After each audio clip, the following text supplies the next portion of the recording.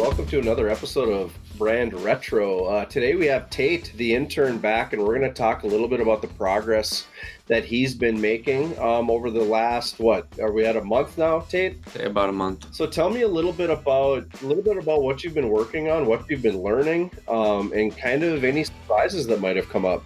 So what I've been working on recently is all the mock-ups for sweatshirts and t-shirts for dog days. It's not a hard task by any means, but it's a very time-consuming task. You get really caught up into it and you lose track of time because eventually it just turns into muscle memory and you just lose track of the day. I want to respond a little bit to what you said about the muscle memory part of it, because as a graphic artist, as a creative, you and I have talked about this, or at least I've shared this with you.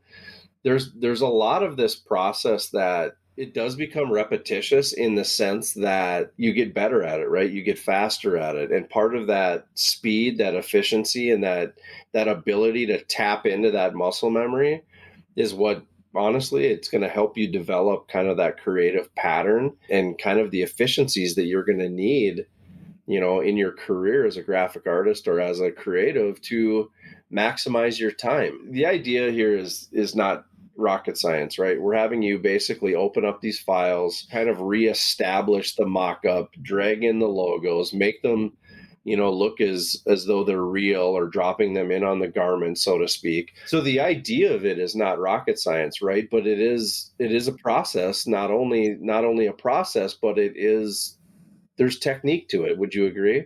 Yeah, once starting off took me a little bit, just trying to locate all the logos and try and figure out that aspect of it. Once I kind of figured out, I'm like, okay, I'll do this because I think this is the best way and fastest and most efficient. So I kind of thought about that a little bit on how I just laid them out, just so I could just move on to the next one after the next and not have to dig into logos all the time. I just took them all out at once. And then Was the process for you to go back and, because we had you do it in chunks, right? So we had you basically do it in chunks, come back to us, we would evaluate it, give you some more pointers. Was that process, was that good? Did you learn from that, or what was, because I know we gave you feedback every time. So there was a teaching moment, there was a learning moment there. But from your perspective, is it like, yeah, that helped a ton, or yeah, I didn't realize that?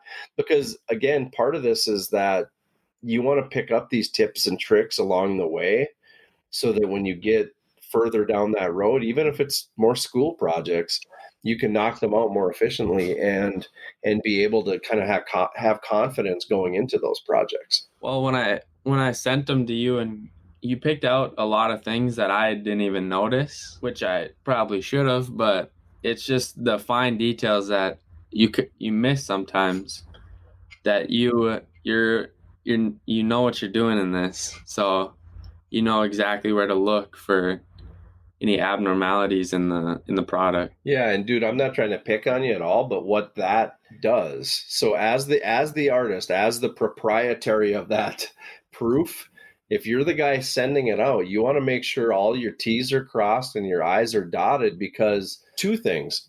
You want to make sure you catch it before the client does, because even if they don't catch it on the first pass, they're going to catch it eventually. And what that does is, it puts you back to the drawing board to have to fix those issues, but it also erodes the client's confidence in you. So if you can hit home runs and like deliver those files or those proofs with little to no errors, that's what you really want to shoot for. Now, I know you're interning. I know you're still in school. I know we're all human, so we all have stuff like that.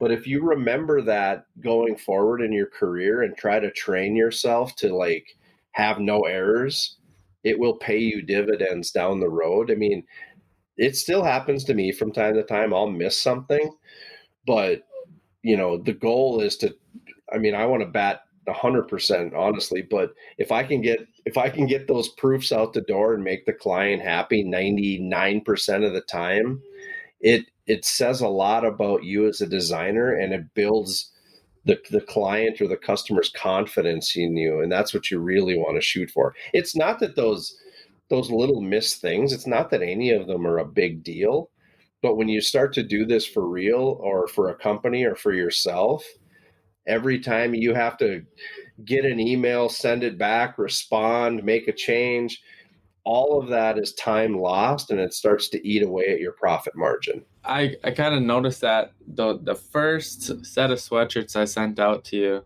I didn't drop the logo behind the drawstrings or the strings in the sweatshirt. I was like, all right, yeah, I'm not gonna do that again. Again, it's just, it's something you might have missed, and maybe 9 out of 10 people miss it, but the 1 out of 10 that catch it, that's the guy you got to look out for. Yeah. Yeah. So let's talk a little bit about the logo process. So I had you create, or had you working on, some basically some one-off offshoot type logos for Cyberdogz. Maybe something we could make a sticker of, a patch of, put it on a hat, something like that. Now, you and I have not had an opportunity to sit down and truly walk through those. So there's some feedback coming on those. But tell me, at least from your perspective, tell me what your creative thought was going into it and where it sits today. And then maybe on the next episode, we'll talk about the feedback side of it. So I was trying to go for that badge type look, and I didn't want to keep it just to like a standard simple box, really. And I still wanted to keep the Cyberdogz logo in there, how I had it half in, half out. And then I wanted to do like a different kind of font that I used for it, because I kind of like that font and some things I was doing with it on some of the other logos. But my personal opinion, I thought the one that had the box around it with the cut edges off of it, I like that one the most. But I was doing different things with altering the font and then maybe extending the C out across the whole length of the word and stuff like that. But Yep. So coming into that process, what was your goal? Was your goal to maintain a certain percentage of consistency with the design? Were you trying to reinvent more of a badge, kind of a shape, or what was kind of your mindset creatively as you went into it? Yeah, I was kind of trying to go for that badge type look. Okay. I was just trying to get just a basis of what I was looking for, just to get some ideas out. Yep.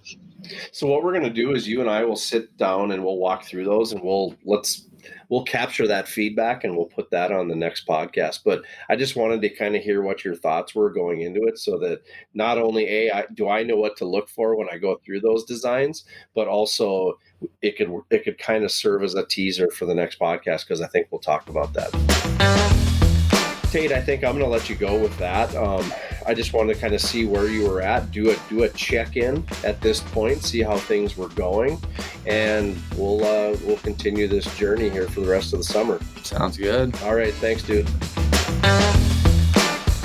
Stay connected by following us on social media. There you'll find a steady flow of information on Cyberdogz, our customers, and the work that we do. Check us out on Facebook at facebook.com/CyberdogzMarketing, on Instagram at instagram.com/CyberdogzMarketing, or on Twitter at twitter.com/CyberdogzLTD.